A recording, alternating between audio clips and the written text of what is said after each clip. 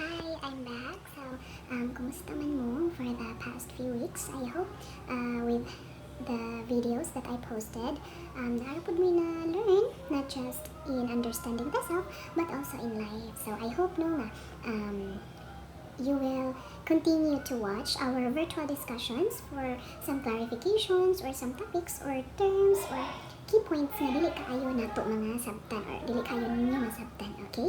So, before ko mag-start, I would like to say thank you sa tanang nag-comment, sa tanang ni-appreciate sa akong videos. For those students, mga estudyante na ako nga continue og watch o paminaw sa akong virtual discussions. Thank you kaayo for the very flattering comments. Thank you kaayo kay naano po dahil mo na-learn sa ako ang mga videos nga gipang buhat, no?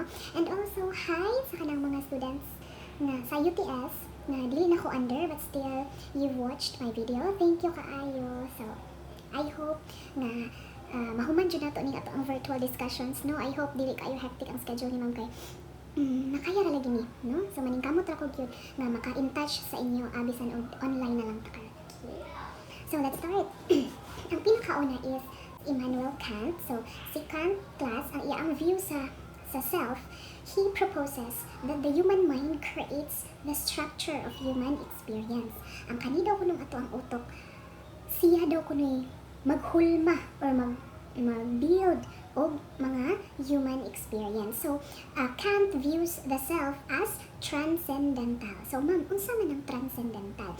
Meaning, anak class, it is something na supernatural. No, it is beyond natural entities. So, transcendental means the self is related to a spiritual or non-physical realm. So, muna yung gini niya, ang self daw kuno, dili daw kuno physical, it's transcendental. Meaning, it's supernatural, no? Ang self.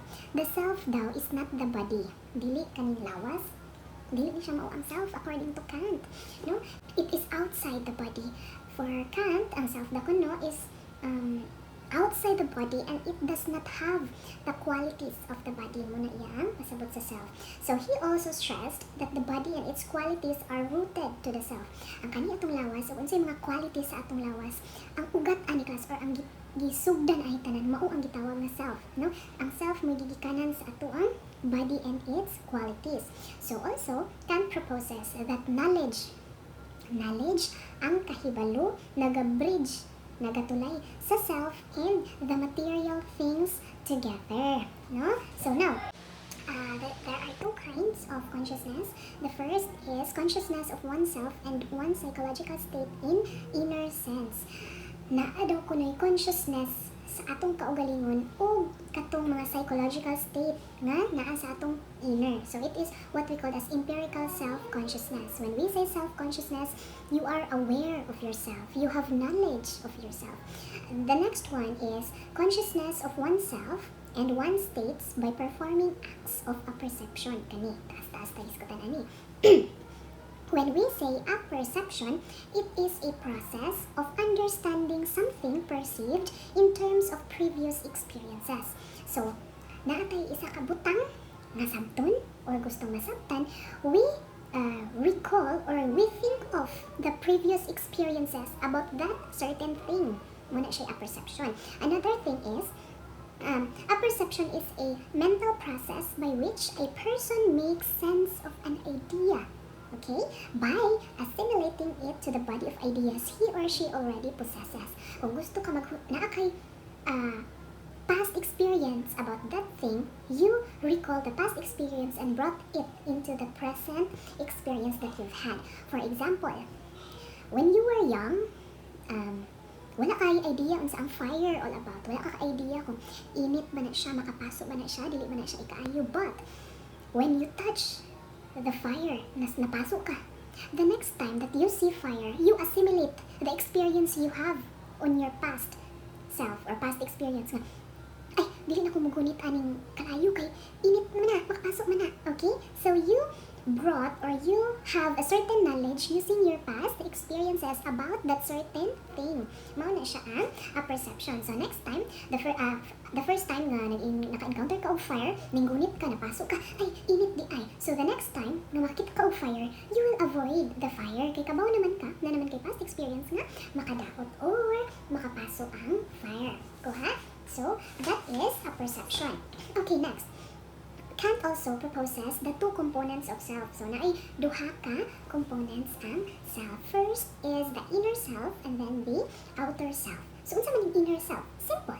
Inner self, ang kaugalingon nato na nasa sulod. So, it composes of our mood, our feelings, our sensations, our pleasure, and our pain. So, it's very self-explanatory. Sa putong ta, malipay ta, mag-uul ta, maglagot ta, ganahan ta, o di ta ganahan. Those are all part of the inner self that we have, according to Immanuel Kant. For outer self naman, it consists of the senses and physical world. So, outer self is the one who expresses the inner self. For example, si inner self nakabati o kalipay, your outer self would show that you are happy. So, kung si inner self nalipay, ang imo ang lawas anak, probably your face would glow up and then you smile, ingon anak. Kung masuko pud ka, kung masuko si inner self, maka-feel og discomfort or anger si inner self, si outer self pud mo execute or mo express pud siya kung unsay na batian ni inner self. So, kung maglagot sa pumisi, di mag-ana siya na. Mga unsa pang mga dagway, no? Basta kay mapakita ni outer self what is the gustong ipa-convey na emotion or sa tawag ni feelings ni inner self. We have Sigmund Freud. So, Sigmund Freud is my favorite of all mga philosophers, ba ni siya? But actually, he's a psychologist. No?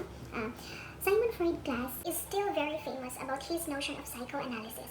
So, psychoanalysis is the practice device to treat those who are mentally ill through dialogue. So, I think it's, if I'm not mistaken, one therapy that he does is what we call free association, in which you are just going to talk freely what is on your mind. Bahala kung sa imong kawali, sa imong utok, imo lang jud siyang istorya. That is what we call free association.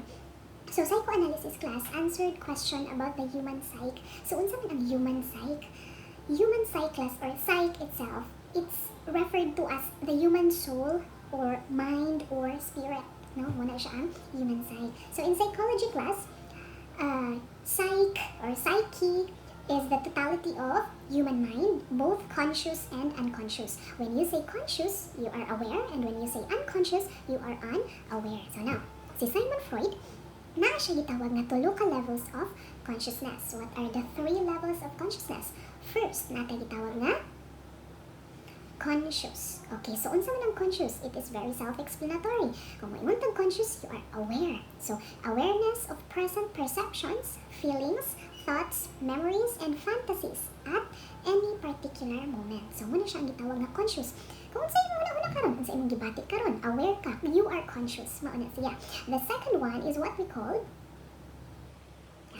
it is called pre-conscious or subconscious. Meaning, it is the part of the human psyche in which data can readily be brought to consciousness. So, meaning, it is information or knowledge that you know, but you are not thinking at the present or at the moment. Kaya ang imong gihuna-huna sa karon or ang imong gihuna-huna at the present is conscious man. No? The conscious part, the conscious level is what you're thinking at the present.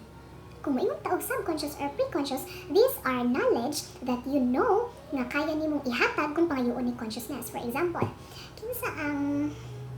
kinsa ang presidente sa Pilipinas karon, no? Currently, kung maimong tag conscious, wala kag huna-huna kinsa ang presidente sa Pilipinas karon. But when you say subconscious, when someone asks you, or for example, your teacher would ask you, kinsa presidente sa Philippines karon, and you would say, President Rodrigo Roa Duterte. Those are, or it is an example of the subconscious or pre-conscious, wherein you know a particular knowledge or a particular information na kaya na mong i-brought into the present thinking or mind that you have, nga bisag wala nimo siya huna-huna. Okay? Pag mo na ganin kinsay kuan nga kaya nimo tubagon but still wala nimo siya gihuna-huna at the present, it is what we call as pre-conscious or subconscious. The third one is called unconscious. Okay, so gitawag na siya og unconscious because these are datas retained but not easily available to individuals. So, dili siya dali makuha or it is not easily available to the individual's conscious awareness or examination. Dili nato siya dali makuha or ma-brought up.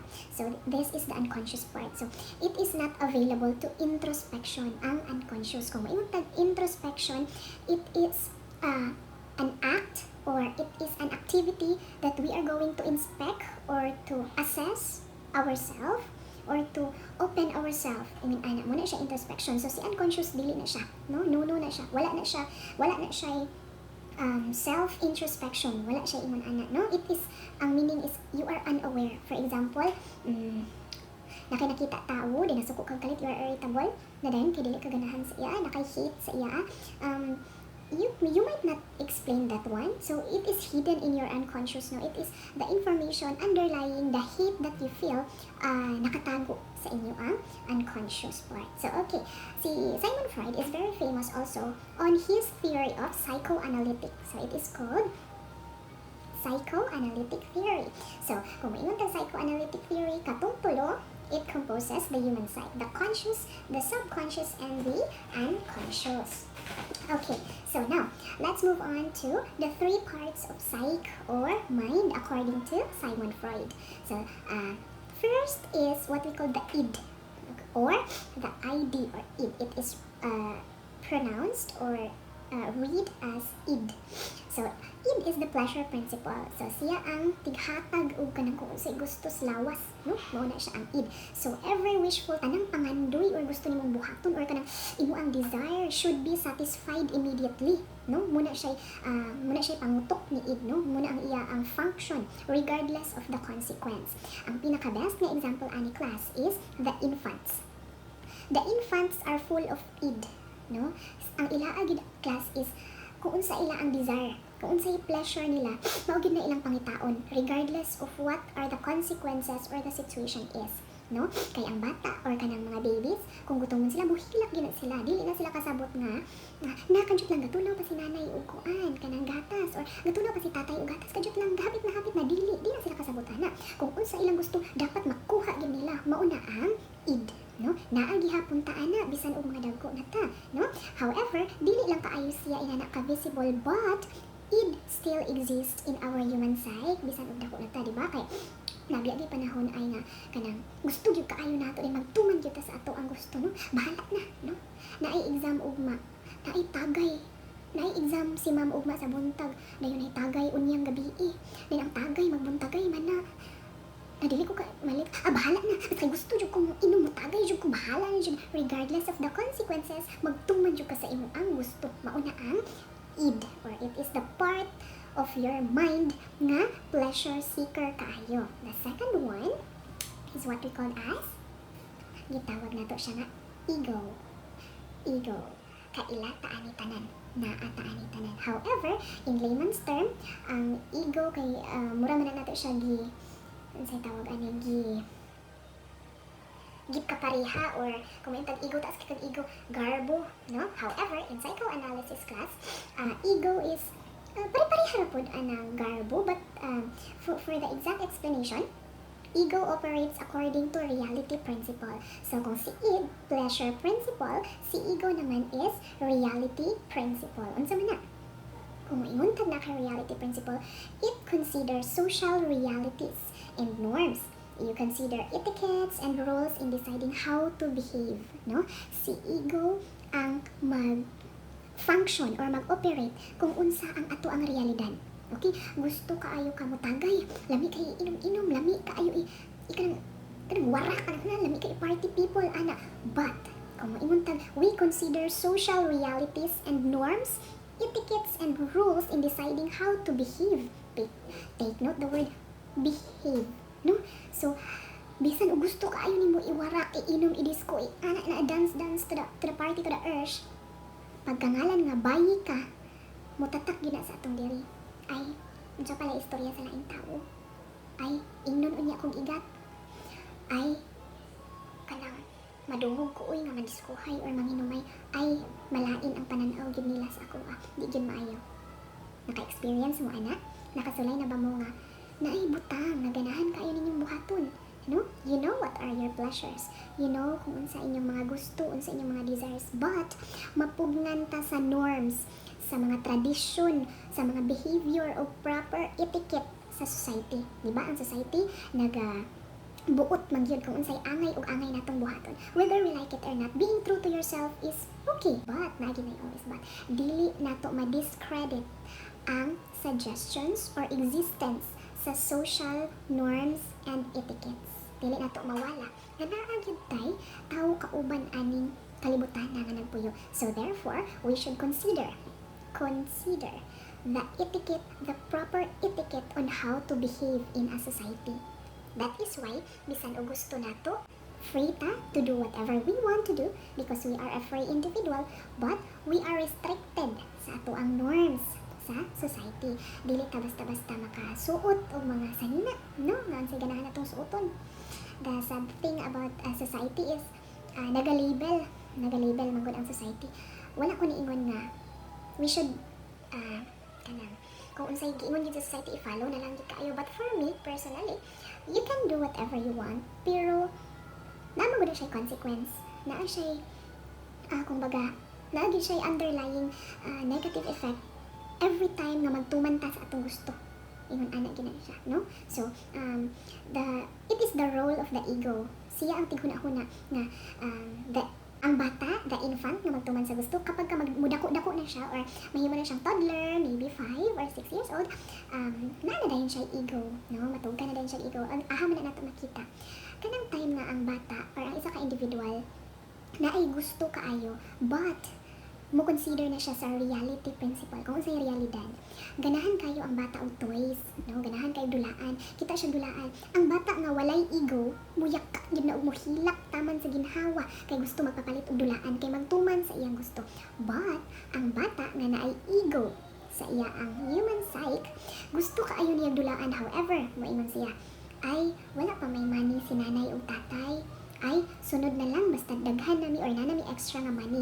Siya ang mo consider, no? Siya ang maghatag og reality principle nga ay among family ra ba kay dili adunahan, ay wala ra ba mi extra money para sa toys. So ang bata na mismo mag-assess sa iyang self na bisan og naa siya gusto ning demand si id, no? Niingon siya nga gusto ko dulaan, giingnan ni ego nga ayaw lang sa sunod na basta naa na tay extra money. Okay, so next, the third part na pod sa ato ang psyche or mind is what we call super ego. Gitawag nato siya nga super ego kay siya man ang morality principle. Again, si id kay pleasure principle, si ego reality principle, si super ego kay morality principle. Okay, masamtan man tayo, no? Kung ingon morality principle, you consider the values and morals of the society. So ang function ni superego class is to control id's impulses, no?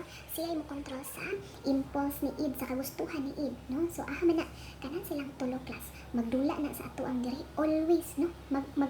Magbangi gina sila. Usahay makadaog ni si superego, usahay si id ang makadaog, no? Kani si ego class, siya magud ang mediator. Siya ang reality principle, siya ang magbalanse ni id og ni superego, kay si superego sobra pud kaayo ni kahinhin, angay ug matarong, no? Yeah, is the right values and conduct, no? GMRC kaayo na si superego. Okay, yeah, class is kung unsa gi ikaangay, no? You should not harm. Okay, so kung unsa ay moral, kung unsa ang angay, no? So muna ang gina-follow ni superego. So kanusta man ni nga time nga magbangi ni silang tulo, kanang akong giingon kaganiha, no? Kainumon kaayo si tawo, kainuman makaayo ko ay niingon dayon si id, sige inom pa lamit kay inom karon ay noon sa pud ang giingon ni superego. Maingon pud dayon si superego nga ayaw lang kay ngano makadaot man nimo ang imong atay anak malata, dako pa jud kaayo gasto ang mag-inom. Pila biya ng isa ka ber 110, mapalit naman ang imong isa ka kilo nga isda. Muod jud na ang kanang mag-inana na sila sa imong utok. Then si ego, since siya ang reality principle, siya ang mobalanse sa duha. So naa siya duha ka choices, pagbigyan ang gusto ni id or pagbigyan ang gusto ni superego. When is the time nga pwede nimo pagbigyan ang gusto ni id? Dili man pud pwede class nga sige na lang tag-follow gid sa kung unsay angay ug matarong na mabuang man ta anak, masantos ta, gawas na lagi ta tanan nangandoy masantos, hala pag binuotan mo kidding aside. But then si ego, siya ang mediate, siya ang magbalanse. Kung maingon si id nga kainom mo na kami, magtagay hunahunahon dayon na ni ego, magtagay mi karon naaman ko'y gamayng kwarta diri, Dayon, Sabado man pud ugma. Pwede ra siguro. Sige, magtagay ta. That is the time when si id makalamang or makadaog against super ego. However, there are times pud na si super ego pud ang paminawon ni ego. For example, na magtagay ta, mana si id lamig kay inom. Uhaw na kaayo. Moingon dayon na si super ego nga. Ayaw lang, uy, kay naman tay exam ugma. Dayon, naatay lakaw ugma sayo natay trabahoon. So kung moinom ka karong gabi maluwi ka ugma, mag-hangover ka na, magsakit pa ka, maunsa pa ka, hindi na to malakaw atong angay lakon. Ang trabaho ni ego, iyang balansehon. Sakto si super ego. Naatay priorities ugma, no? We can drink another day. Therefore, ang paminaw ni super ego na dayon, ang paminaw na dayon ni ego, kay si super ego. Okay, dili sa ta. Okay, sunod na lang. Okay? Na-experience ba na ninyo? Comment mo ha kung na-experience na ninyo nga mga thoughts. Bisan dili ka nang inom-inom, bisag unsa nga aspect wherein galalis ang imo ang huna-huna about sa imong gusto o consequence sa imong gusto nga buhatan, okay? Another thing is, si super ego, siya ang ga-persuade kang ego to choose more realistic goals and to strive for perfection rather than simply realistic ones. So si super ego gid ang magsigig ingon ni ego no nga kanang pilian gid ang angay o matarong kan di ka kasala kanang pilian jud ang kanang kung unsay ikaayo sa tanan o ikaayo sa imong kaugalingon. So no, ingon ana jud ay kaayo kabalaanon ang function ni super ego according to Simon Freud. Okay, next, si super ego pud ay class. Since gitawag nato siyang morality principle and super ego strives for perfection, naa siya gitawag nga duha ka system. It is called conscience and ideal self. The conscience class is konsensya, no? Konsensya. Kung naatay buhaton nga gusto nato, it is normal that we feel konsensya, no? Kasagaran man good class ni id, kasagaran sa atong desire, it is not good na naman. Because when you desire, too much na siya. Kung naa kay gusto kaayo, delikado nga naman, kanang gusto gid kaayo nimo, dili maayo ang resulta ana class. Remember that one, okay? Always have a stable and well-balanced mind, okay? Ganun man siya. Kung si conscience class, kung si ego, si reality principle, mo give in siya sa demand ni id. Si super ego may make the person feel bad, no? Kung si ego, pagbigyan niya si id, nga kung unsay gusto ni id, ang function ni super ego, iya ang ipa-feel si ego nga makonsensya. Muna gitawag dayon nato nga guilt, no? Mag-guilty ta, no? Nakasulay na ba mo ana? Comment down below if nakatry na mo, maka-feel mo og guilt tungod kay naamoy gibuhat or nagtuman mo sa inyong ang gusto gyud. Okay? So next, another system of super ego is what we called as ideal self. Ang ideal self is the imaginary picture of how you ought to be. So of course, ideal self, kung gusto nimo. So dire apil ang muni na ang imong gitawag na aspirations, what you wish to be, how you want to be treated, okay? How to treat others, and how to behave in society. So your ideal self is what you dreamed of, that you behave, what you behave, how you become. So kita man gyud siguro tanan nangandoy nga unta dili ta mahimong problema sa katilingban, unta dili ta mahimong buloyagon sa atong isig katawo. That is why naatay gitawag nga ideal self. It is the part of the self, it is our self-concept nga dili siya masayo, dili siya ma-error, no? Wala siya error. That is the ideal self, no? Kita tanan na kitay pangandoy nga kanang ideal self. For example, si ma'am kay nangandoy jud kaayo ko nga kanang unta hinhin ko, hilumon, kanang hinayon, pero scam man ang tanan sabaan makay ko maldita kanang opposite kay ba, no? So comment pud mo down below kung unsa ang inyo ang ideal self, okay? So para magtabi tayo ta. Okay, now we also have Gilbert Ryle. Okay, so si Gilbert Ryle ang nagsulat sa The Concept of Mind atong 1949. So si Gilbert Ryle class, dali ra kayo ni, he rejected the notion that the mental states are separated from physical state. Wala daw kuno gitawag nato nga body and soul. Wala daw kuno ingon ana class. Para niya, there is no hidden entity or ghost called soul. Walay soul. Walay mental state, walay physical state, wala daw na siya. So there is no hidden entity or ghost called soul or mind or self inside a machine or body. Wala daw kuno na mga ingon ana soul inside the body. Para niya, ang self daw is from our behaviors and actions. So mao na siya class. Kung unsa ang imo ang lihok, kung unsa imo ang pamatasan, mao na ang self. So for example, you think yourself as a kind person because of your acts of kindness, no? Para niya ang kaugalingon kung unsa to imong gibuhat, kung unsa imong kung unsa imong action, kung unsa imong behavior. Kung moingon ka nga maayo kang tawo tungod kay ang imong tanang binuhatan sa usa ka maayo nga tawo. Dili kay kanang nastorya ka nga ako buotan jud kaayo ko, ako matinabakan jud kaayo ko nga tawo, ako kanang kuan. You are very much self-acclaimed. Kumusta ang imong action? Kumusta imong behavior? Basin unya nga taman ra kag istorya nga maayo kay kong tawo, buotan kay kong tawo. Uy, di ko makuan. Pero batik kag batasan. Or opposite sa imong giingon nga kung unsa ka. Okay? For Gilbert Ryle class, kung unsa ang imo ang pamatasan, kung unsa imo ang behavior, kung unsa imong action, that is who you are. Muna ang iyaang ingon.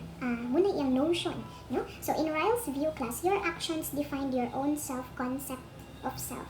So no, ang imong action, kung unsa gid ang imo ang mao gina class, no? Ang ato ang kaugalingon class kay dili na sa kung unsa ato ang giingon kinsa ta. Ang atong self class is kung unsa ato ang action o unsa atong gipang execute nga behavior, that is who we are. Okay, so now, let's proceed to Paul Churchland. So si Paul Churchland class is very known for his studies in neurophilosophy and psychology of the mind. No, materialistic view or the belief that nothing but matter exists. Meaning ani, if something can be felt, heard, touched, or tasted, then it exists. There is nothing beyond the sensory experience. Maunay para kang Paul Churchland. Kaya ang soul daw kuno, kanang soul or self does not exist because it cannot be experienced by senses. Mauna kang Paul Churchland. Okay, next. We have Maurice Merleau-Ponty. So, ang iyang idea about the self is, the self daw class is or has an embodied subjectivity. Kung may tag embodied subjectivity, embodied here means verb, meaning the self daw is an embodied subjectivity. When you say embodied subjectivity, you give soul a body. Gitagaan mo lawas ang soul. That is the embodied definition. So si subjectivity naman, it is an entity that possesses conscious experiences such as perspectives, feelings, beliefs, and desires. Okay? So, since si soul, gihatagan ni mo lawas, you are then now acted your subjective understanding on your perspective, feelings, beliefs, and desires. No? Na naman tayo lawas, then now, we can act kung unsa ato ang perspective, unsa atong gusto. Unsay atong feelings masukot ta malipay ta, we can act kay naman na may body si soul. Atong belief unsay atong mga tinuuhan makastand ta, and our desires, our mga gusto. So si body acts what mind perceives as unified one. So para ni Maurice, ang lawas daw kuno, siya ang executor kung unsa ang ginahuna-huna or gustong buhaton ni mind, and they are unified, no? Usa si mind o si body. Okay, so taas na kayo atong video, no? So I hope you still continue watching our next video, and then I hope na anapod mo na learn today. Even though bisan og malate og upload si ma'am og mga virtual talks or discussions, no, I hope you still continue to watch it. I hope nga naamoy ma-learn beyond what is written in the book. Most of all, I want all of my students to learn something beyond the book. Kanang mga lessons in life na I hope mahatag na ko sa inyo or ma-provide, simply because it does not mean that I did not commit mistakes. It does not mean that I am perfect. It simply means that I commit a lot of mistakes. That is why I want to share all my knowledge and experiences to you, to view it as a lesson for your life.